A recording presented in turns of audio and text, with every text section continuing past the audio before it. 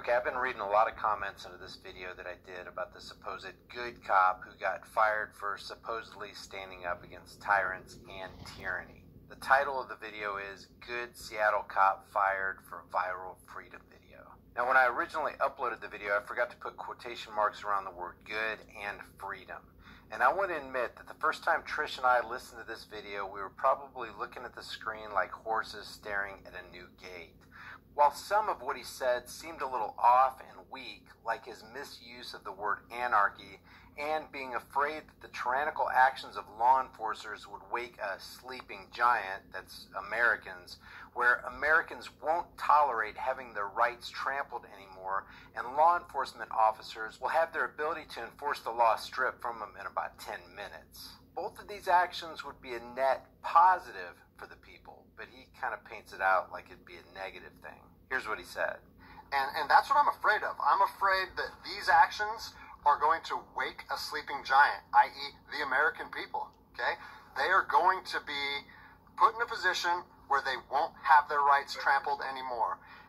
And us as law enforcement officers, we'll have our ability to enforce the law stripped from us in about 10 minutes, okay? Another red flag, as I pointed out in the last video, is that it's not good to maintain respect for his clearly tyrannical commanding officer. Other than that, it seems like almost everything this guy said was anti-tyranny and pro-freedom. For the most part, the majority of the people are responding positively to Greg Anderson's two videos. Could that fact be a reason to throw a red flag? Well, yes and no. This could be an organically viral video that has somehow managed to overcome the algorithms. On the other hand, it could be going viral because the algorithms have been set to favor him. So let's just ask a couple questions. There are some under my pinned comment stating emphatically that this is a psychological operation. Is that possible? Definitely. So you got to ask yourself, since psychological operations have an end goal in mind, what is the end goal in this case? Could there be a dilution of the understanding of true freedom in these videos? Of course, this danger is always present. A truly successful PSY-OP gets the slaves to believe that they are not bound by chains or surrounded by electrified razor wire fences. Social engineers who formulate a successful psychological operation understand that none are more hopelessly enslaved than those who falsely believe that they are free.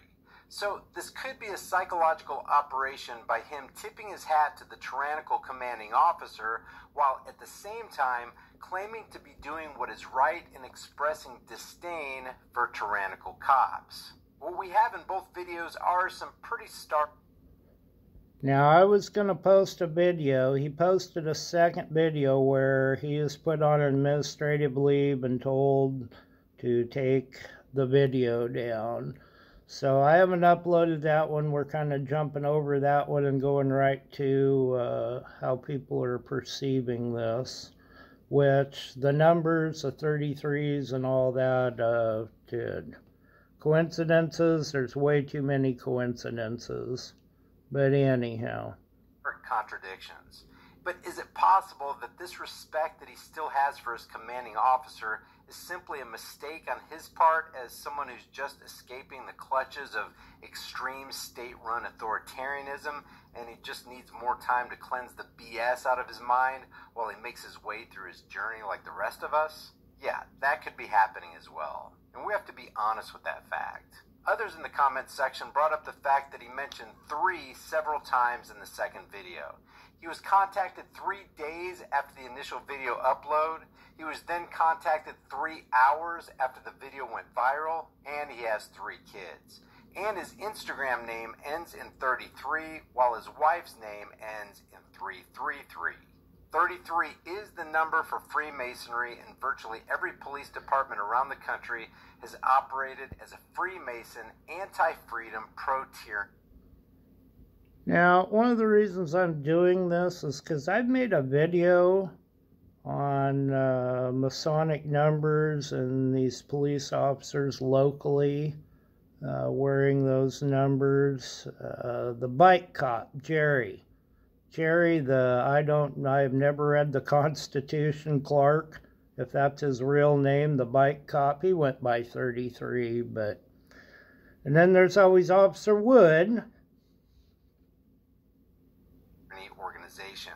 Could it be that he's a deceptive Freemason promoting his nonsense as he wraps himself in the good-sounding words of liberty and truth? The answer is yes. It's a possibility that we should consider as critical thinkers.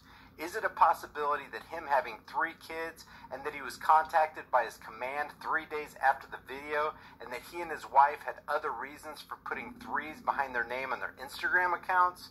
Yeah, that's a possibility too. Can we point to these things and objectively conclude that this is proof that he's a New World Order shill running a clever psychological operation? Well, for some, this seems to be all the proof you need, but I'm not convinced. Now, there is the issue of the boatload of money that he's raking in and will rake in the coming weeks on the GoFundMe page that his wife's best friend supposedly set up for him. When I did my previous video, he'd accumulated $13,000 and their goal was only $10,000. It looks like when they saw their content was going viral and that people were sympathetic to his supposed plight of facing termination, they decided to raise the goal to $50,000. Now they're up to $56,000 in donations. It's an awful lot of donuts. Refresh button before completing this video, and the amount soared to over $75,000. They literally gained $19,000 in 41 minutes. He has now just accumulated in one day what it probably took him a year to make as a cop. And we got to ask ourselves, is it possible that he wanted to get out of his job as a cop so bad that they put their heads together and decided what would make a good viral video? Could they have said, okay, hey, let's get Greg in full uniform, in his cruiser with some of his state-issued equipment in the background, and make a video calling out the tyrannical cops, which would certainly strike a chord in people who are growing sick and tired of the despotic police state. About 10 minutes ago, that number was up to 176,000. Set up a GoFundMe page where he's sure to rake in a whole pile of cash. Because, guys, this GoFundMe train looks like... Send a little bit of that to the Three Rivers Militia. This is a possible scenario. We need funding. Do I know if that's what their motives were? No. Could Greg's motives be pure? Yes. This guy could genuinely care about freedom. But we don't need to turn our minds off and let our guards down. I'm just not willing to make a judgment on the guy until I see evidence either way. So far, I'm not convinced. So what do you guys think? Is this a psychological operation for sure? If you believe it is, what's the concrete evidence? Or is this guy the real deal? And if you think he is, how did you arrive at that conclusion? Let me make one more observation that we have to come to grips with. He's been an employee of the state for years. He's worked for and with the criminal thin blue line, and he's enforced unconstitutional laws and trampled the freedoms of no telling how many people during his career. And now he's claiming to condemn those tyrannical non-criminal traffic citations, warrantless arrests and searches. This is tantamount to a mafia. You heard me in the video. Gang making a video about the evils in the Capone crime family and yet remaining in the same criminal cartel until such a time as they cut him off. The bottom line is this guy's going to have to prove that he's the real deal. Leave your thoughts about this for the world and the Google Thought Police in the comments section below. Now I'm going to go back to, you'd have to be a Reedsport Legal viewer or live here in Reedsport. Now this guy's name was Anderson. Now we had a really negative type individual that was the head of the local Masonic Lodge here in Reedsport. He's a prosecuting attorney, and he's no longer here anymore. But just another little coincidence there, Anderson and Masons. Don't have anything against Masons, we just don't want you being police officers because you have a higher oath that doesn't allow you to arrest other Masons even if they commit crimes. So anyhow, not dinging Masons, but anyhow, back to the close of this. Don't forget to subscribe to this channel, hit the bell notification icon, give it a thumbs up, share it with everybody you know, and sign up to my private email list through my website, highimpactflix.com.